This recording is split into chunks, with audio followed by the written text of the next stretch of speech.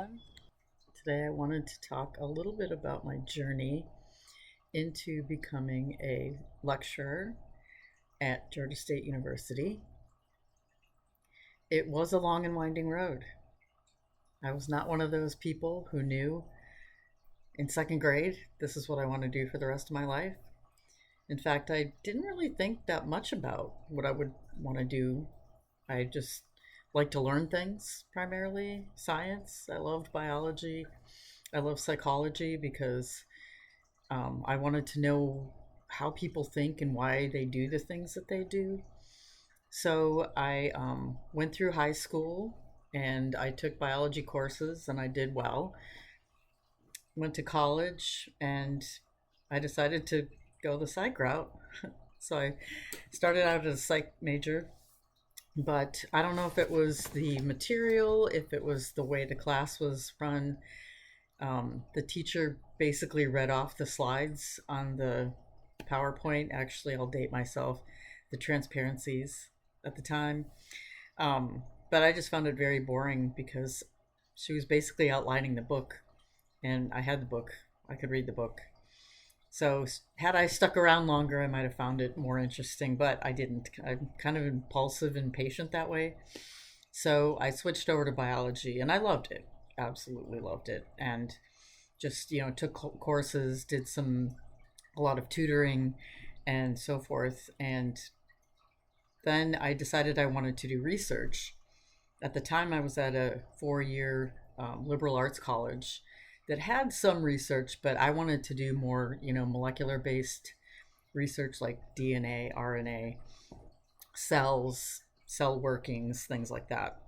So I transferred to a large research institution, the University of Wisconsin-Madison, and declared my major as molecular biology, which, as an afterthought, was not my best choice because I ended up having to take more chemistry classes and biology classes. And again, I didn't really think a lot about it at the time. It was like, well, this is on my list of things I have to take to get the major, so I'll take it. Um, and I did okay. I did pretty well, and at least B's or better in my courses. And I wish now, looking back, that I would have switched to something that had more biology in it. But that's okay. I managed and I got my degree. And I thought, well, I'll work in a lab. I had worked in a lab as an undergraduate, and I thought, okay, this could be something I could do. So I ended up taking a position in a research lab. It was great. It was a somewhat clinical lab because it was located in the university hospital area, but it was a research lab. And I worked for a woman who had just finished her postdoctorate, which is kind of the apprenticeship for becoming a research professor. And there were pros and cons to that.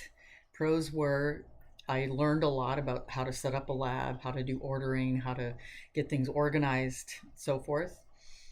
Cons to that was the professor, A, was very picky, but B, was very busy because in order to run a research lab, you have to have grant money to be able to buy the equipment and buy the supplies and pay the people to do the work.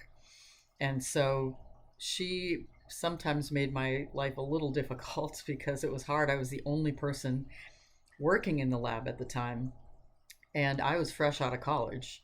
And so it probably wasn't the best match in terms of where we were at in our lives. So I didn't know what to do. And so my brain was, well, go back to school. Why not? So I applied for PhD programs and I ended up getting into 2 cancer biology programs, and I chose one of those programs. And I will save the next part to the next video. So stay tuned, and I will talk a little bit about my graduate school endeavors. See you next time.